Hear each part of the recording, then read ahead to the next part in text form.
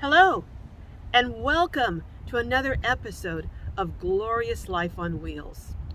In my last video, I talked about a decision that I had made, and that is to pursue obtaining a permanent residency visa to live in another country. I shared my reasons for doing that, and if you missed that video, I will leave a link to it in the comment section for this video. I expected to get all kinds of blowback for that decision, and you know what? Just the opposite happened. Many people said that they wish they could afford to move to another country right now, or at least spend time in another country for part of the year. Most of those said that they were living on only Social Security and it just was not feasible. So I got to thinking, and I realized there are ways that even if you're living on a modest Social Security income, you could afford to move to another country, and you could even earn additional income while there. So I decided to do this video in which I'm going to share 5 ways you can earn income while living abroad, and that would permit you the opportunity to maybe explore that option if you choose. So come on, let's get started, shall we? The first option, which is the easiest and the most obvious, is if you are currently working a remote job in the United States, is to simply continue working that job in another country. Now, there are some jobs that require you to be in a specific location, maybe a specific state or the United States. But if that is not a necessity, that would be an easy transition. Now, you do have to make sure that you're going to be relocating to a country that has an infrastructure with high-speed internet in order to make this feasible. The other thing is, depending on if you have to have Zoom meetings or those types of things, you do need to be mindful of the time difference, because you might be working at midnight or 3 o'clock in the morning there to correspond with the work hours here in the United States. The next option, which is along the same lines, is to secure a remote job if you do not already have one. And there are just a host of websites online that you can utilize. I'm going to refer to my notes. Some of those jobs include data entry, where you're just entering information for companies. The next remote job would be customer service. This would be a job where you would be fielding calls from customers who might have issues that they need to have resolved, whether it's for an airlines, whether it's someone who's purchased a product and having difficulty, or they want to return it. But you would be fielding those calls, and if you get along well with people and you have the ability to de-escalate situations, this might be a perfect job for you. And more of those jobs are being done remotely and from out of the country.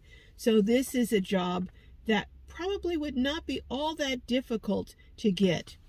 The jobs that I just mentioned are more long-term or permanent jobs, but there are also a lot of what would be called flex jobs that you can do online. That's maybe a one-time assignment, and there are sites, I think there's a site called Flex Jobs actually, but you can do a one-time job, or you can do something that has a short duration, maybe only for a month, or you can go onto sites like Fiverr. If you have specific skills like, graphic design, or you can set up websites, or you're even a good writer. Sometimes people want content written for them. The next job is one you may not have thought of, and that is teaching English online or in a classroom setting. Now, you do have to be careful. Depending on the type of visa you have, you may not be able to work in the country you choose to relocate to. But a lot of you probably think, well, I can only teach if I have a degree, and that's not necessarily the case. There are several sites that hire individuals to teach English. If you're fluent in English, preferably English is your first language, and they will hire you. Now, for most of these positions, you do have to have a certification, and it's called a TEFL. I hope I'm saying it right, but it's TEFL certification, and that is something you can acquire online. I will, in the comment section for this video, list a few of the many websites that you can go to seek employment teaching English online. Another viable work option is seasonal work back in the United States. Yes, back in the US, depending on the country that you decide to relocate to and their regulations, you may not have requirements as to how long you have to stay there each year. So you can come back each year and work in the United States for a specific period of time doing seasonal work, maybe being a camp host or some other kind of job, maybe the beet harvest if you're physically able, or the potato harvest, and earn a significant amount of money and then go back to the country that you relocated to. Now here's one of the bonuses. Some of the countries that I've looked at, their rainy season or their winter is the time where it's summer in the United States. So you could have summer all year long. You come over to the United States and work summer here, then you go back there and you have summer in that country too. I mean, that's kind of a win-win situation, especially if you've chosen a country that does not tax your earnings in the United States. My last suggestion, and you know this has to be my personal favorite, that is start a YouTube channel. Take all of your friends and family and gain a new audience and show them what the country that you've chosen to relocate to, or at least spend part of the year in, has to offer. You can show them the culture, the scenery, if it has beaches, the beautiful beaches, the food, and you can just show them your daily life and what it's like to live in another country as an expat.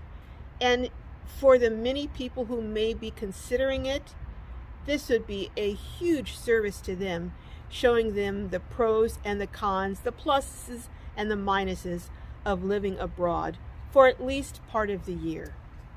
But those are just some ways that you can afford to live abroad, even if you have a modest Social Security income. So don't let that stop you if that's something you really, truly want to do. And I just look forward to hearing from you all. And if this has been of benefit to you, let me know in the comments. And if you're not a subscriber to Glorious Life on Wheels, come on and become a Globie and hit that subscribe button so you can find out information that I hope will be valuable to you.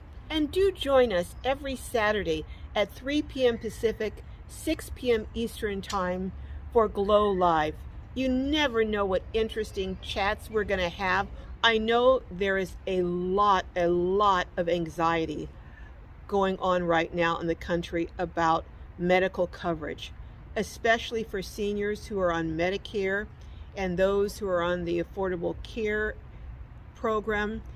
And I am hoping within the next couple of weeks, before the open enrollment season for Medicare ends, to have someone on, an expert who can answer some of your questions, because some of the things that we're hearing are that different PPO plans are being dropped. Well, actually, I know that for a fact. A friend of mine who has a situation, she had a liver transplant, her PPO is dropped, and now she's scrambling, trying to find a provider who will allow her to keep her same transplant doctors. Also, we're hearing about prices doubling, tripling, even quadrupling.